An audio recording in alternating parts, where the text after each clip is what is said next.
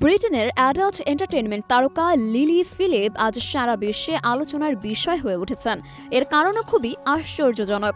23 বছর বয়সী লিলি 14 ঘন্টায় 101 পুরুষের সঙ্গে শারীরিক সম্পর্কে লিপ্ত হয়েছেন।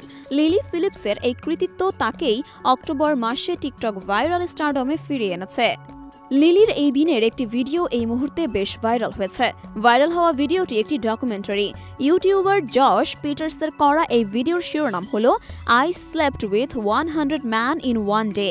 আগে কখনো এমন ফুটেজ দেখা যায়নি, কিন্তু লিলির এই বিশেষ ইভেন্টের দিন তোলা ক্লিপগুলোতে স্বাভাবিকভাবেই তাকে অত্যন্ত দুর্বল দেখাচ্ছিল। যদিও লিলির দাবি তিনি এই চরম চ্যালেঞ্জ ভীষণ উপভোগ করেছেন। নিজের কাজ সম্পর্কে বেশ উৎসাহীও ছিলেন তিনি। এই অ্যাডাল্ট ইন্ডাস্ট্রিতে সকলকে টেক্কা দিতে চেয়েছিলেন একইভাবেই।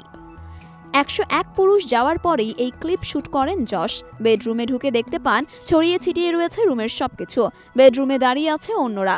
এমনই সময় তিনি লিলিকে জিজ্ঞাসা করেন তিনি কেমন অনুভব করছেন। দেখতে পান চোখ লাল হয়ে গিয়েছে লিলির। কাঁদতে কাঁদতে বলেন, এটি সহজ নয়, সত্যই এটি কঠিন ছিল।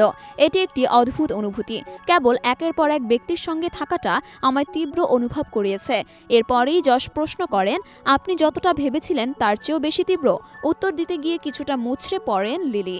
অবশ্যই শব্দটা বলতে গিয়ে কিছুটা কেঁপে উঠেছিল তার গাল।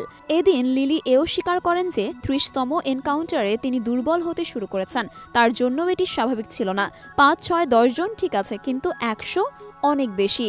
লিলির এই বেদনা বোঝা যায়, কিন্তু তার একটা কথা যশকে আরও বিস্মিত করে দেয়, অবাক করে দিয়ে। সবশেষ লিলি বলেন তিনি একদিনে 1000 পুরুষের সঙ্গে থাকার রেকর্ড করতে চান। একদিনের অভিজ্ঞতা শেয়ার করতে গিয়ে লিলির কথায়, আমি সারা দিন বেডরুমে আটকে ছিলাম। একবার বা দুইবার হয়তো স্নানের জন্য চলে গিয়েছিলাম। একজন করে বেডরুমে আসছিলেন আর আমি পরের জনের জন্য অপেক্ষা করছিলাম। লিলি তার এই বিশেষ ইভেন্ট প্রসঙ্গে এক আউটলেকে আরও জানান, যখন আমি 14 ঘন্টার মধ্যে 101 জনের সঙ্গে ছিলাম, মনে হয়েছিল যে আমার সবচেয়ে বড় স্বপ্ন সত্যি হয়েছে এবং এখন আমি আরও বড় এবং আরও ভালো কৃতি করতে চাই। এর রোমাঞ্চ আমাকে পাগল করে তোলে। আমি এমন কিছু করব না যা আমি করতে চাই না।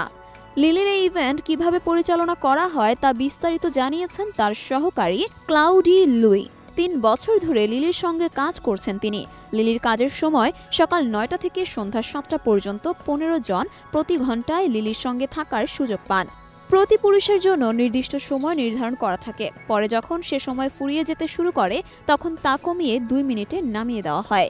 ডার্বিশায়ারের বাসিন্দা লিলি 18 বছর বয়সে অ্যাডাল্ট ইন্ডাস্ট্রিতে পা রাখেন। অনলি ফ্যান্সে সাইন আপ করে একেবারেই মাত্র 24 ঘন্টার মধ্যে মোটা অঙ্কের উপার্জন করেন তিনি।